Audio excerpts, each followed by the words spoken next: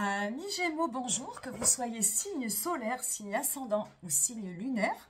Si vous avez également des planètes importantes dans ce signe, les Vénus, Mars, Mercure, etc. Voilà, s'il y a pas mal de placements en Gémeaux, cette guidance peut aussi vous parler. En tout cas, je l'espère. Je vous rappelle le concept de mes guidances. Je vais établir des chemins un petit peu, enfin un chemin d'interprétation selon des énergies globales, générales, que vous pourrez observer tout au long du mois de février et qui vous aideront peut-être à être conscient de certaines choses si ce sont des choses un peu compliquées. En fait, voilà, c'est vraiment pour conscientiser ce que vous vivez. C'est important de vivre en conscience, autant pour les zones un petit peu obscures, autant que pour les zones positives. Voilà, c'est pour éviter effectivement, pour pouvoir peut-être faire de bons choix, dénouer certaines situations, mieux comprendre, et puis vivre un gros kiff, bien profiter, si toutefois c'est positif, et voilà. La conscience amène l'intensité du moment, et puis le moment présent qui est toujours beaucoup plus magique à vivre que de toujours anticiper. Alors évidemment, là vous allez écouter cette guidance peut-être fin janvier, début février. C'est un petit peu intemporel. C'est-à-dire que vous l'écoutiez fin janvier, début février. Je ne vais pas vous annoncer des choses. C'est pas trop mon but. Je ne suis pas trop dans ces choses-là. Bien que je comprenne que des gens soient intéressés par là, mais ça va vraiment être des chemins d'interprétation que vous devez adapter en fonction de votre vie. Et en tout cas, n'hésitez pas à venir me poser des questions si ça vous parle, s'il y a des choses un petit peu floues que vous ne comprenez pas. Je suis vraiment à votre disposition pour ça. Alors, votre guidance du mois de janvier, il y avait pas mal de choses. Il y avait du 10 de denier. On sentait que il y avait quelque chose qui était en train de se clore dans la matière. C'était un monsieur sur un tronc. Il y avait une petite famille qui était dans le bas du tronc. Donc, il y avait comme un bilan dans la matière, un petit peu peut-être au niveau de la famille, du professionnel. Il y avait des choses à établir, une espèce de fin en soi qui allait amener à autre chose. Hein. Il n'y a jamais de fin, il y a toujours un éternel recommencement, de nouvelles pages qui s'ouvrent et de nouvelles pages qui se ferment. Il y avait dans le fond le 9 de bâton, donc une impossibilité. Donc ça, c'était l'énergie extérieure, ce qui vous poussait à ce que l'univers vous poussait à faire, donc de clôturer certains dossiers pour en ouvrir d'autres. Et il y avait une impossibilité de le faire. On était un peu sur l'avant-dernière marche et il y avait cette incapacité, cette impossibilité, cette difficulté de passer le cap. Pas mal de choses dans le mental. Je me rappelle, il y avait ces deux cartes du Lightseer, du 7 d'épée, du 5 d'épée, qui venaient peut-être justement en mode début d'année à essayer de vaincre un petit peu toutes les pensées parasites, polluantes, toxiques. Donc, il y avait une volonté de votre part là-dedans, ce qui était plutôt pas mal. Il fallait faire attention quand même à ne pas vous laisser justement manger le cerveau par des choses inutiles. Et par contre, très très important, il aurait fallu, alors je dis il aurait, je parle un petit peu au futur, futur antérieur, moi je sais plus. Subjonctif passé, j'en sais rien. Je sais plus, on s'en fiche. Il aurait fallu que quelque chose se passe, une libération émotionnelle, alors peut-être en libérant les émotions de manière festive, en libérant les émotions de manière un peu brutale. Voilà, vous aviez eu la tour qui demandait qu'il fallait que quelque chose sorte. Alors par une colère, par des pleurs, par du sport, par un déménagement, par un changement de cap, un peu brutal, mais il fallait que quelque chose sorte. Et figurez-vous, je vous le donne en 1000, vous avez récupéré la même carte à la même place pour le mois de février. Donc ça n'a peut-être pas été fait.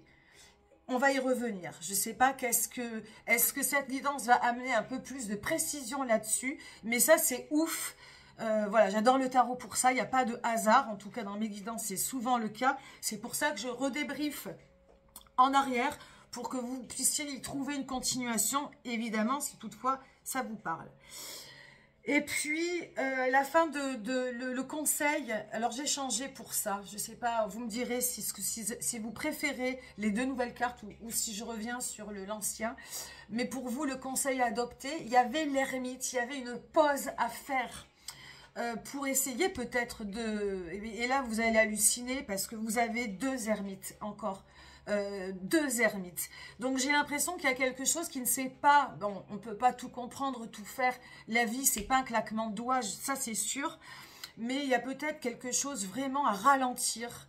Je vais insister là-dessus, je pense essentiellement, on va en reparler, mais vous avez donc un conseil de fin de mois donc à ralentir, à faire un peu d'introspection afin de pouvoir vous épanouir et vous ouvrir sur quelque chose de nouveau, un nouveau monde, un épanouissement, une réalisation de soi.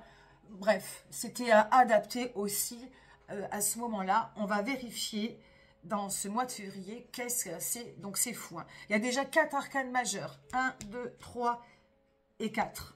Donc, je crois que si vous êtes le signe où il y a le plus d'arcanes majeures. Donc, les arcanes majeures, ce sont des temps forts d'un parcours, d'un cycle.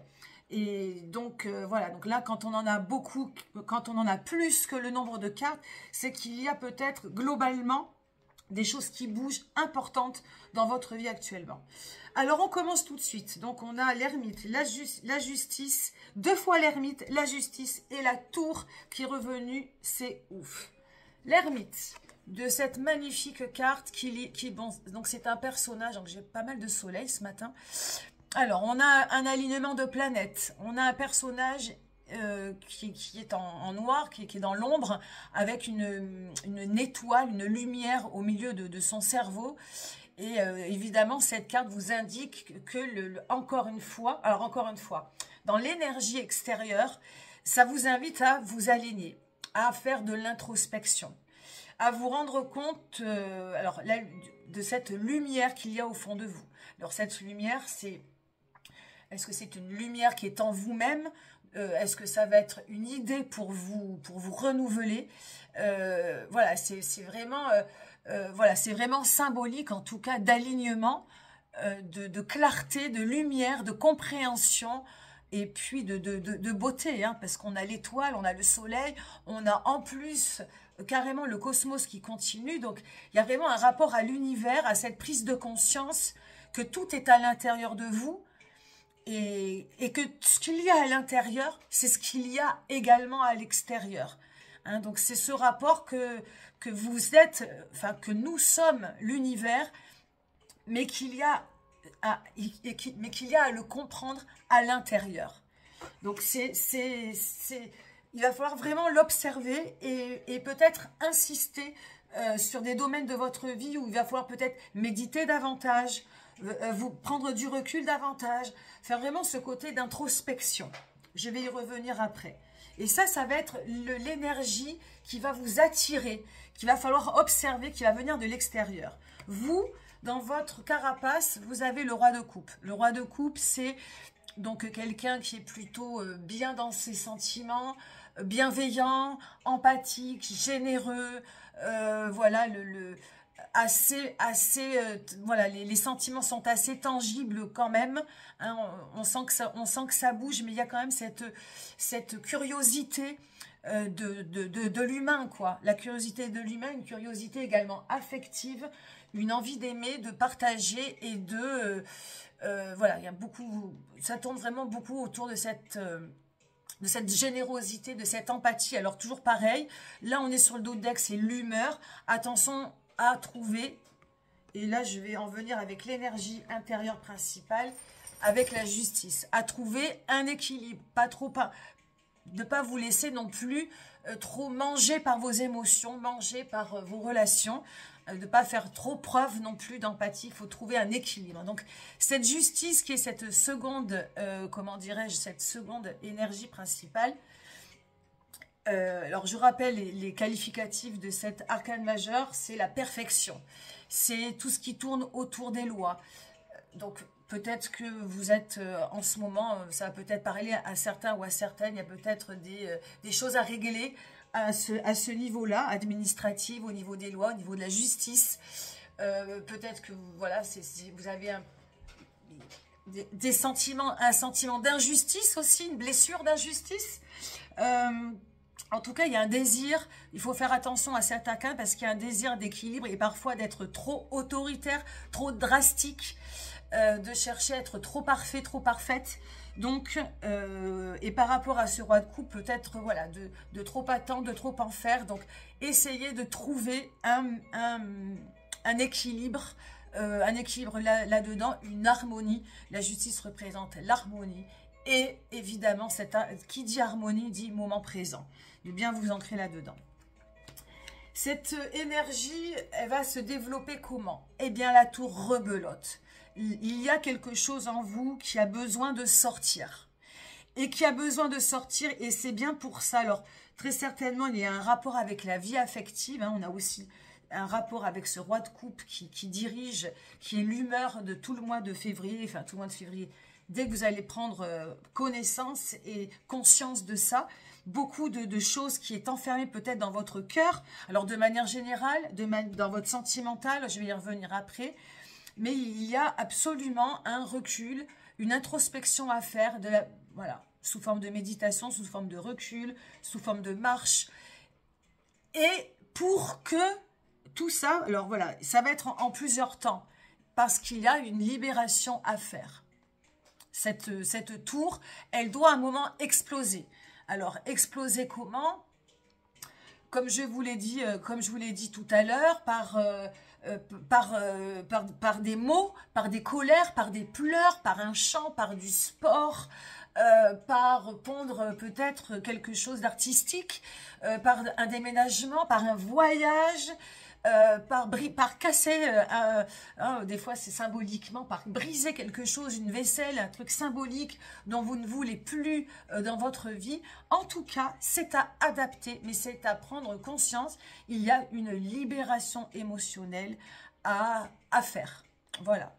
Et qui va peut-être justement vous faire valider certains cycles pour vous faire passer à d'autres cycles.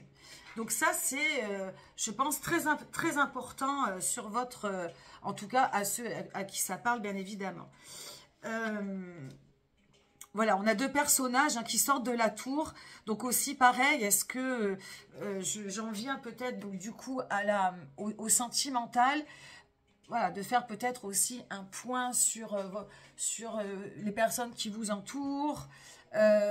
Voilà, je laisse ça diffuser parce que voilà, c'est un petit peu trop compliqué. Après, il y aurait du cas par cas à faire, donc on va rester dans du général. Sentimental, l'ermite. L'ermite, il a l'air d'être très grand, celui-ci. Un peu comme un géant qui regarde un petit peu en bas, comme pour prendre de la hauteur, comme pour prendre du recul. Il regarde sa vie, son couple. Alors, son couple, si vous êtes en couple, sa vie sentimentale globale, si vous êtes seul ou célibataire, sa vie familiale, sa vie relationnelle. Bref, adaptez aussi en fonction. Et il y a une prise de hauteur, une prise de recul à prendre. Et pour cela, il y a donc un peu à trouver un peu de lumière au fond de soi, de comprendre, de se comprendre, de faire un peu un statu quo, de fermer peut-être, voilà, de fermer, pas les portes, mais il y a cette prise de recul, cette prise de hauteur, ce besoin d'introspection, ce besoin de comprendre. Il y a peut-être une crise. Hein. L'ermite dans le tarot de Marseille, c'est la crise. La crise qui est positive parce qu'on a besoin des fois de réagir en crise pour pouvoir faire naître de nouveaux sentiments, de faire naître de nouvelles compréhensions et pour pouvoir avancer dans sa vie.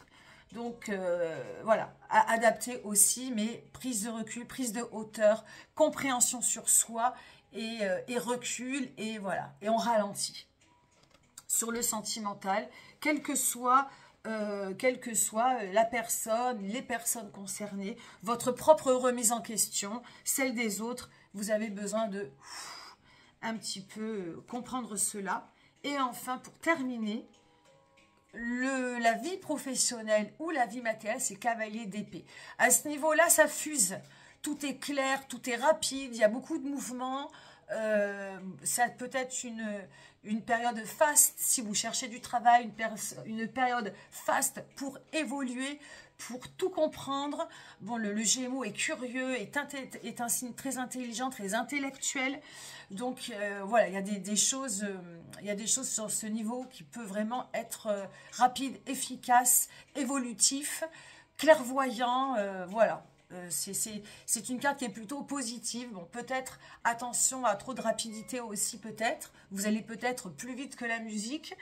Mais voilà, ça c'est pour trouver peut-être une petite zone d'ombre. Mais je sens qu'il y a pas mal de rapidité. Alors, cette rapidité, elle va pas avec celle-ci. Ça, c'est deux rythmes complètement différents. Donc, à observer.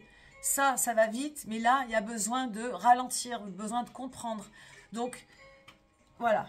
Et là, qu'est-ce qu'on a? On a cet équilibre, la justice. Donc, vous avez une guidance ultra, je dirais presque logique, entre le rythme que j'ai dans ma vie professionnelle ou matérielle, où ça va vite, poum, boum, boum, boum, boum, et où ce que je dois ralentir, ce que je dois essayer de comprendre, pour moi ou pour les autres, hein, il n'y a pas y a aucun jugement là-dessus, mais je dois trouver un équilibre entre, voilà, entre ma vie professionnelle ou matérielle, ma vie sentimentale, ma vie émotionnelle, pour me donner la justice, c'est se donner ce que l'on mérite, mais voilà, afin de libérer quelque chose en vous qui est un petit peu peut-être comme un poids et qui va faire qu'au mois de mars, vous allez pouvoir voilà, une fois libéré, vous allez pouvoir vraiment être mieux, en tout cas être plus léger. Ça sera adapté, peut-être libérer un poids, peut-être voilà, peut-être vous sentir plus léger pour pouvoir, passer au cycle suivant. Voilà mes amis Gémeaux, ce que je peux vous dire sur cette magnifique guidance. J'espère que elle vous aura parlé. N'hésitez pas à la réécouter. La première fois, on laisse diffuser. Et puis, vous laissez passer une semaine, 10 jours. Et vous pouvez la réécouter. Et vous aurez peut-être un autre degré de compréhension. Merci pour votre fidélité. N'hésitez pas à vous abonner et à liker cette guidance pour m'encourager si le cœur vous en dit. Et je vous dis à très très vite en hebdo ou la prochaine en mensuel au mois de mars. Bye bye.